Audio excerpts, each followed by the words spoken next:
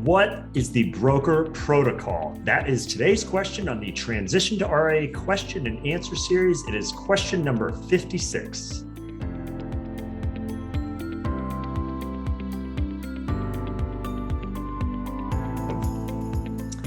Hi, this is Brad Wales with Transition to RIA, where I help you understand everything there is to know about why and how to transition to the RIA model.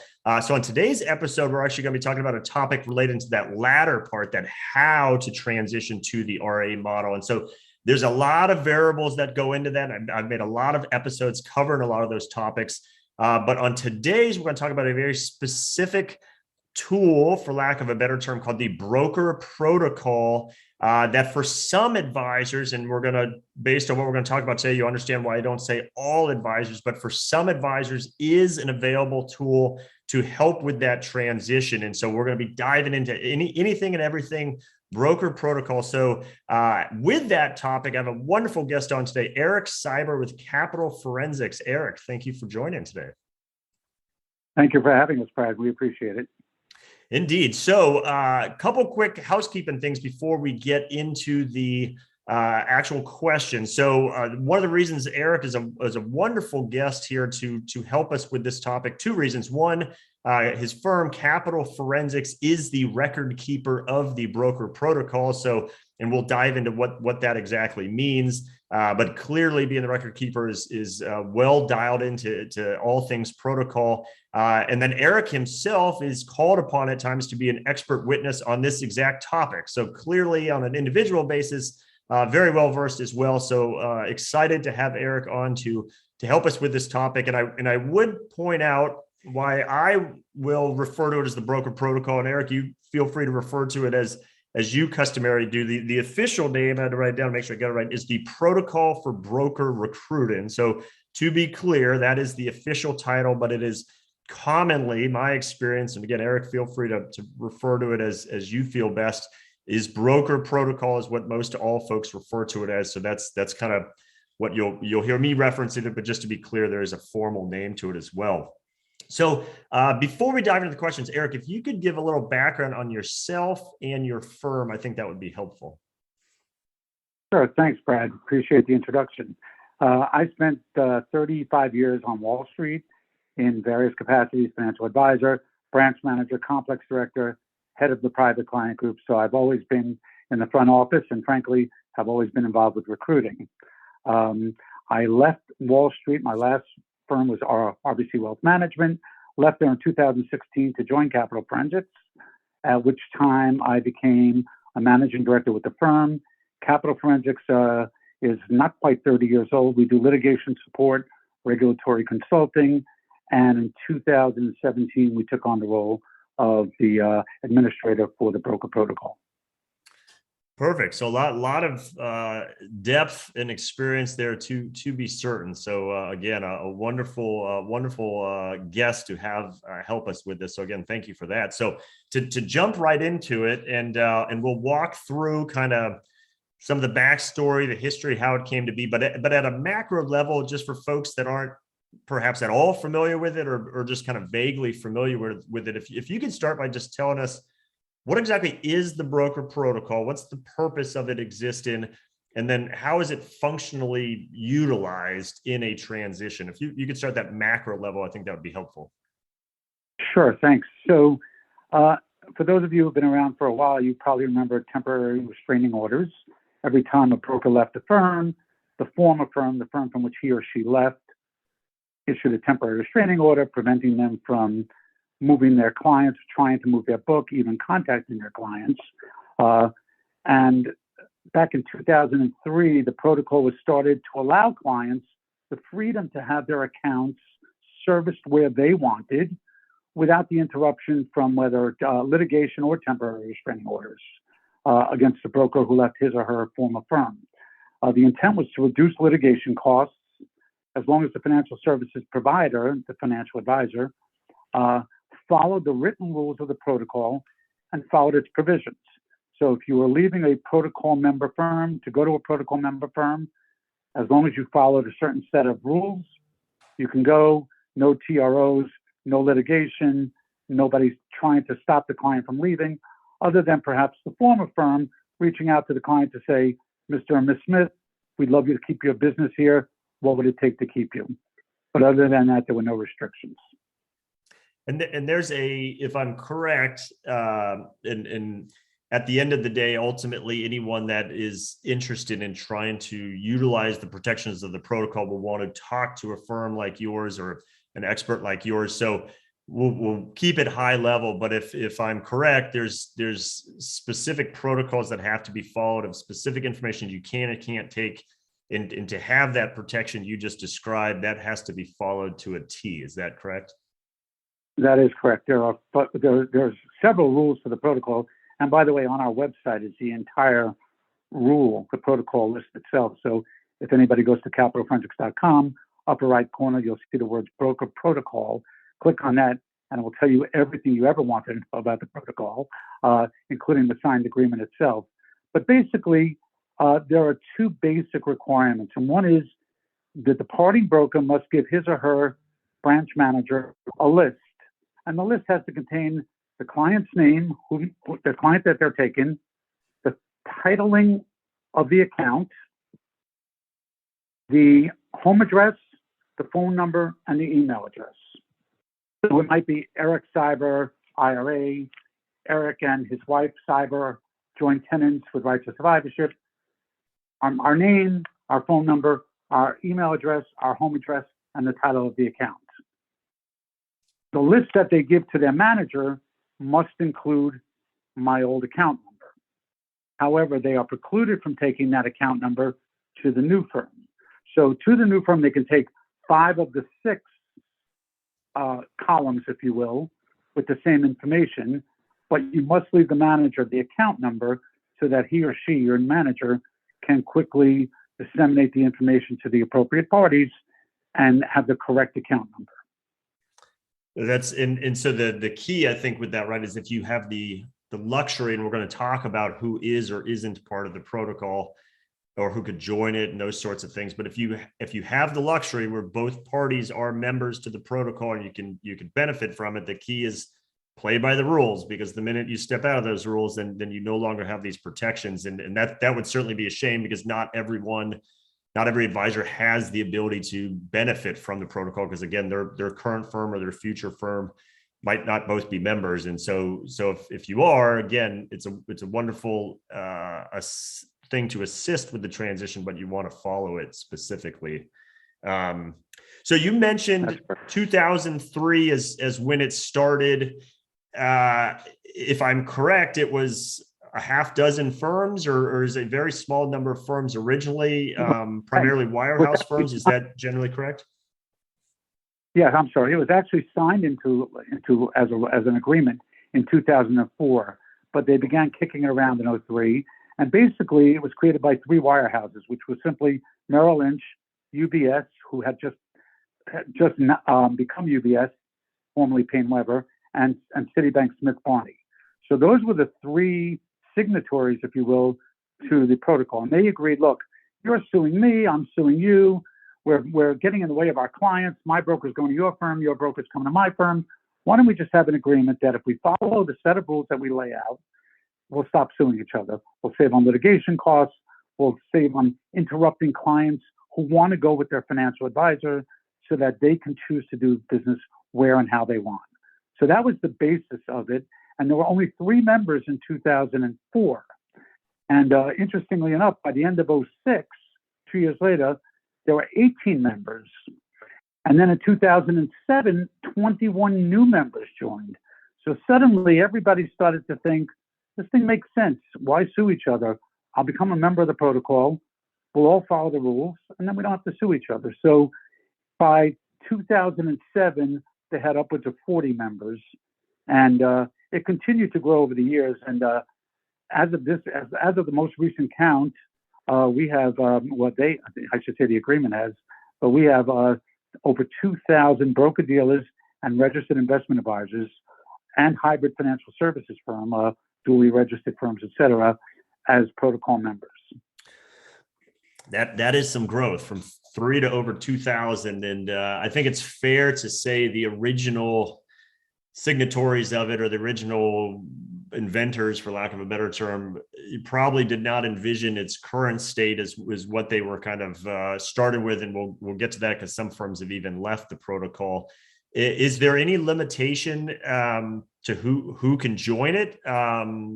While originally it was maybe thought of as a broker-dealer type thing, as you mentioned, RIAs, and specific to my audience, RIAs themselves are. Is there any limitation to who can join the protocol?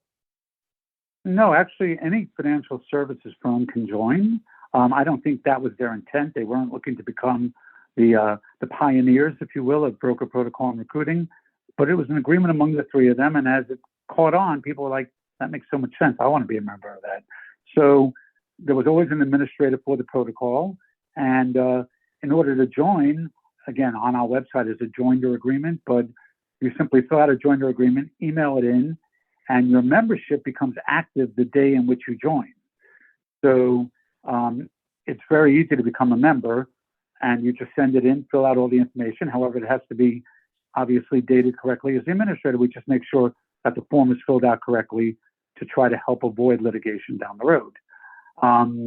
If you want to withdraw from the protocol, one of their basic rules, founded in 2004, was you can withdraw today and it'll become effective 10 calendar days from today. So if you send in your withdrawal notice today, it's intended to become effective December 10th, 10 business days from now. But there's no restrictions on who can join, how to join. They can join as a member. And what we do, by the way, Brad, which I think is important to note, is because we think it's important for people to know who joined and who withdrew, we send out 2 emails a day. If we receive a joinder agreement or a withdrawal before noon Central Time, we send out an email to all the members by 1 p.m. Central Time. Capital Forensics is headquartered in Chicago. If you receive it afternoon, then we also will send out a 5 p.m. Central Time email to all members that says attached to the new withdrawals and joinder agreements. If we don't have any new joinder agreements or withdrawals, we just don't send out an email. Okay. And then every Monday at noon or 1 p.m. Central Time, we send out the complete list alphabetically, year in which it was which they became members, withdrawals, etc., and any carve-outs, which we'll get to carve-outs after. But so it really is a comprehensive list every Monday, and if you are a recipient of that email, you know exactly what's going on. And so clearly more additions than withdrawals, and you probably don't know the number, and I certainly wouldn't expect you to, of how many withdrawals, but there have been a number over the years.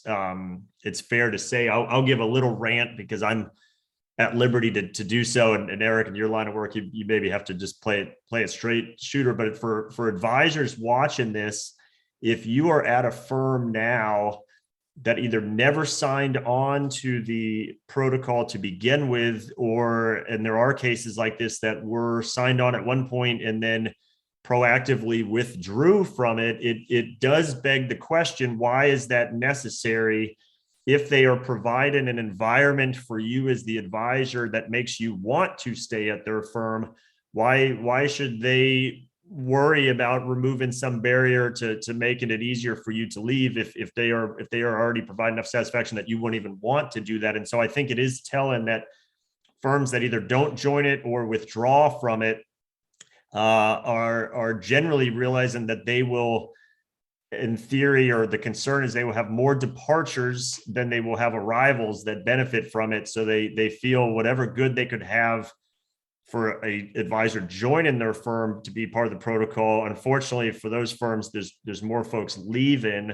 And so they've put up this guardrail. And I know when some firms made a withdrawal, they gave some fancy spin about why this was somehow a good thing for advisors. Again, my personal rant, I think that's just an acknowledgement that they cannot do a sufficient job keeping their advisors happy to the point they want to stay entirely on their own, and the protocol is making it easier for them to leave, so they remove themselves from the protocol. So I won't ask you to make a rant, Eric, because you're no, I won't. Middle of the road, but that the one thing that I would add to that, though, Brad, is if a firm is focusing more on retention of its advisors than it is on recruiting, then there might be a good reason why you are not a member of the protocol. However, there's always an opportunity to recruit, and therefore, to me, I've always worked for protocol member firms and found it advantageous. Yeah, and that's a fair point. There are some firms, right, that do not believe in recruiting advisors from other firms. They only train, organic grown advisors. And so I guess you could, that's a fair point to say, well, they don't have any utility for it anyways, because they don't look to bring advisors over. So I think that is a fair point in that scenario, but there's certainly firms that absolutely look to attract advisors that have made a conscious decision to either not be part of it or no longer be part of it. And I just ask you, if you're an advisor at one of those firms, just ask yourself why that is. So next up, and you alluded to this a moment ago. So again, I know we're going kind of high level here in how this works, but there does seem to be kind of some new variation. I don't know if it's just the last couple of years of, I think you used the term carve out. I've heard, a partial membership or whatnot. What exactly is that referring to? I would have thought it's, hey, firm A is part of the protocol and that's all it takes, but apparently there's maybe more to it.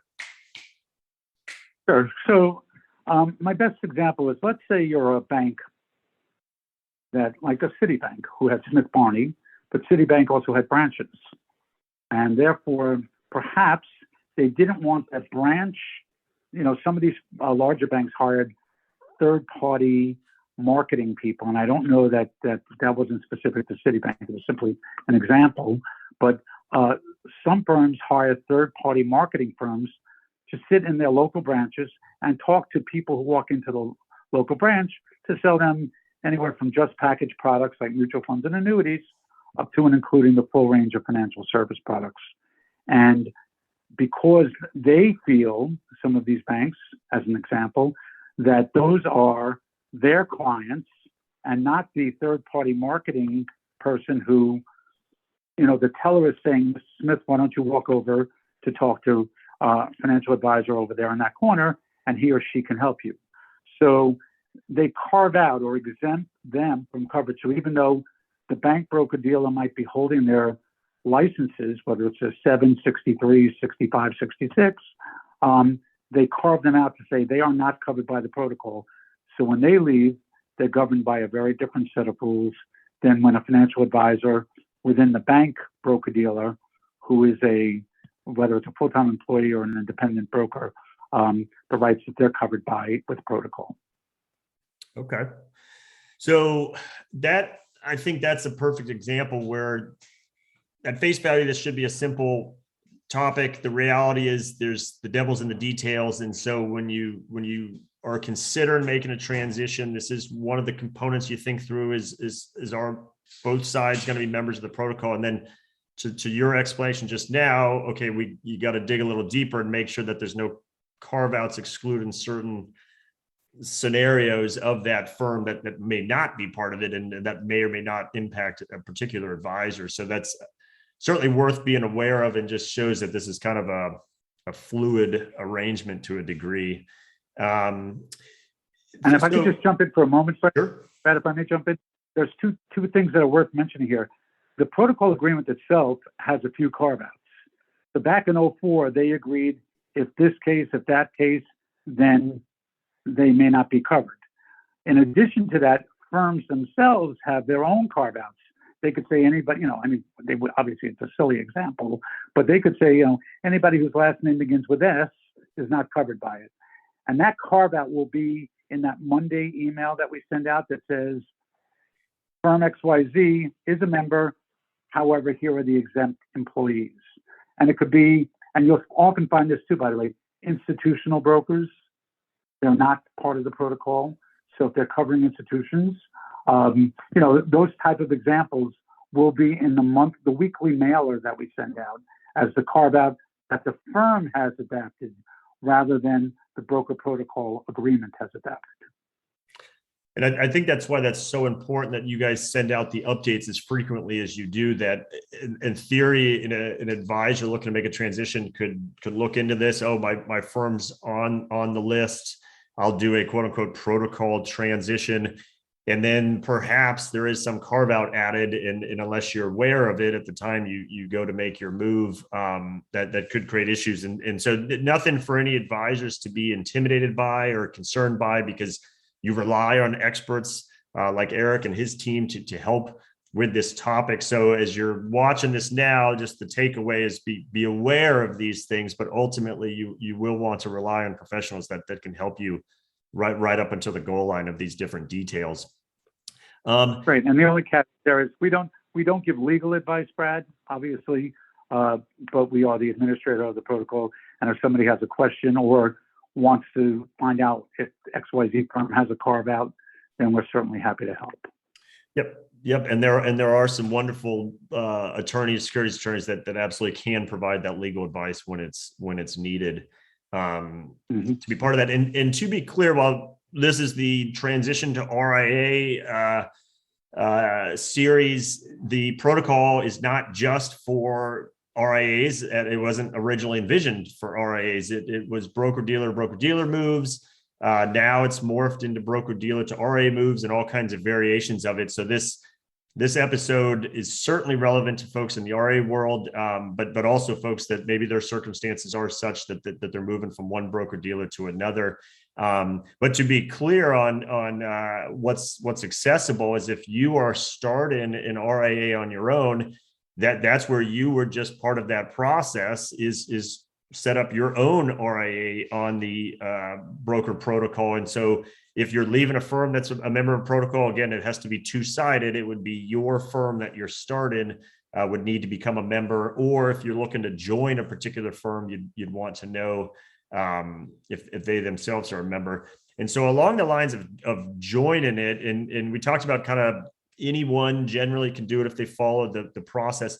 Is two questions. Is there a cost involved in becoming a member? And then how long does it take if next Monday someone wants to submit the paperwork?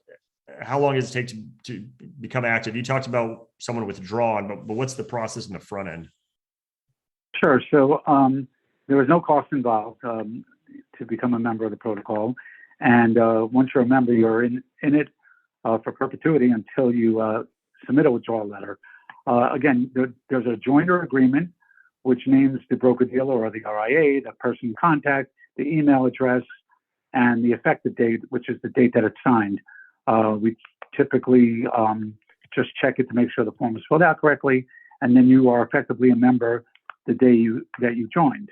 As I said earlier, if we receive the joiner agreement after noon Central Time, then the notification to all members will go out in the afternoon email, which would be the 5 p.m. email. If we receive it before noon Central Time, then it'll go out with the 1 p.m. email, and everybody will know that new broker-dealer or RIA is a member. So pretty quick, efficient process to make sure it wasn't overlooked. No cost involved. This is so it's a wonderful thing. Capital Forensics is willing to be the record keeper or administrator, I think is the term you had used for it, to make this all possible to do. So, but one of my final questions, which I'm looking forward to, and not put you on this hot seat that you got to come up with any creative stories, but as an expert witness called upon to help with this, I presume that's often in cases where there's a disagreement after the fact about whether it was utilized correctly or not. So any takeaways from your time performing that function of things that are like, okay, this could have been avoided, and if you had just done X, Y, and Z. Any good stories or takeaways from your observations? Yeah. So we've been involved in several lawsuits, and I've testified in several lawsuits as to the rules of protocol and how it works, and whether or not, in fact, there has been a breach of the intent of the protocol. In one instance, the person left the protocol firm and went to another protocol firm, but joined a team that had a carve-out that said, you're an employee of my team, not of the broker-dealer. And in fact, you are signing this agreement that says you do not have access to take any of my clients because this gentleman, it was his team, if you will. So when this person joined the team, the financial advisor joined the team, the other broker-dealer from which he left sued the new team, saying, or sued the person, saying, no, you're not a member of the protocol because there's a carve-out. And that carve-out is actually in the initial protocol agreement. They did cover certain areas where, make sure that this isn't the case. In another case I was on, somebody left a non-protocol firm to join a protocol firm. The rules are very different. You can't hand your non-protocol firm a list of the 5 necessary topics, as I said, name, address, title of account, etc., and then say, okay, here's what I'm taking, and take them. Because as a non-protocol firm, you are not covered by the rights of it, and there are very specific rules on what you can and cannot do when you're either going to a non-protocol firm from a protocol firm or leaving a non-protocol firm to join a protocol firm. So there are specific rules, and of course that ends up in litigation. And then finally, I was in an agreement. I was in an arbitration recently where one of the carve-outs in the broker protocol for recruiting, actually the protocol for broker recruiting, actually said that a member of a team, if they're on the team for less than 4 years, they cannot take all the clients that the team covers. If, however, they're servicing the clients for 4 years or more, then they are deemed a co-financial advisor. Well, this person wasn't on the team 4 years, and of course, litigation pursued. So we've seen a lot of twists where it's not as clear, and you leave it up to the arbitration panel to decide whether or not they believe there was a breach of the rules. Yeah, and unfortunately, anytime you're talking arbitration panels, you're talking a lot of time, a lot of money to sort that sort of thing out. So clearly, better to obviously try to get it right on the front end and not run afoul of these things. But I think, and thank you for sharing those examples, I think it's demonstrates, while this is a wonderful tool out there, in theory, it's a pretty simplistic idea. And I think the actual document's only 2 pages itself, if I'm correct, right? So it's not, this encyclopedia long thing, but it's morphed because of these carve-outs and the different scenarios. It's morphed into something certainly bigger than it was originally envisioned as. And again, not to intimidate the process at all, but it's important to, again, just know that these details need to be searched or looked into. As the advisor, you can rely on professionals that do this day in and day out to help you with that. It's not something you have to do entirely on your own, but you will want to know in general the availability of this and how it works in that regard. So Eric, for folks that want to jump on over, take a look, just an initial look, I think you said it's linked to on the website, but what's the best way for folks that want to reach out to your firm, or to the degree it would make sense to dive deeper into you? What's the best way for people to contact? Well, info@capitalforensics.com, INFO, or information at Capital Forensics. They both come to us, and 3 or 4 of us receive those emails. My email address is actually on my bio on the website as well. And anybody at Capital Forensics is always willing to help whomever has a question on that. The one caveat I'd like to build in, if I may, Brad, before we sign off, is there are other folks who carry a list of protocol members. Ours is the only official list that is updated twice a day, and other firms may not be aware of all the changes that are going on. So my advice for anybody who is listening is, if you Google anything other than capitalforensics.com, you may find a list. It may not be through today at noon like ours is. So that's my a word to the wise is sufficient, if you will.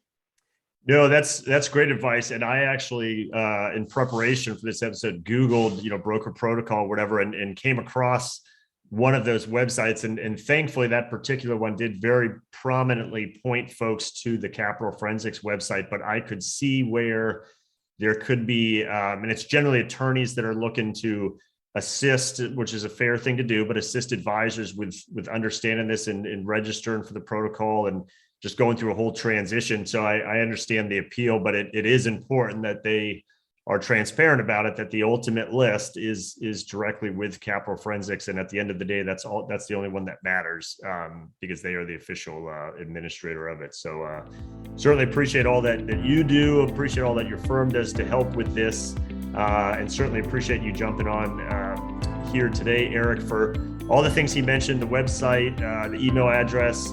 I will put all that in the show notes. So if you are not already there, if you head on over to transitiontoria.com, you'll have all of the show notes. You can watch this in video format if you're not currently, or podcast format, as well as you can find all my white papers, how to contact me, all those things. Again, transitiontoria.com. We will link to everything. And with that, Eric, this has been very helpful. Again, it's the devil's in the details, but I think this has been a great start to help people understand what the protocol is and where it might be a help. So thank you for coming on.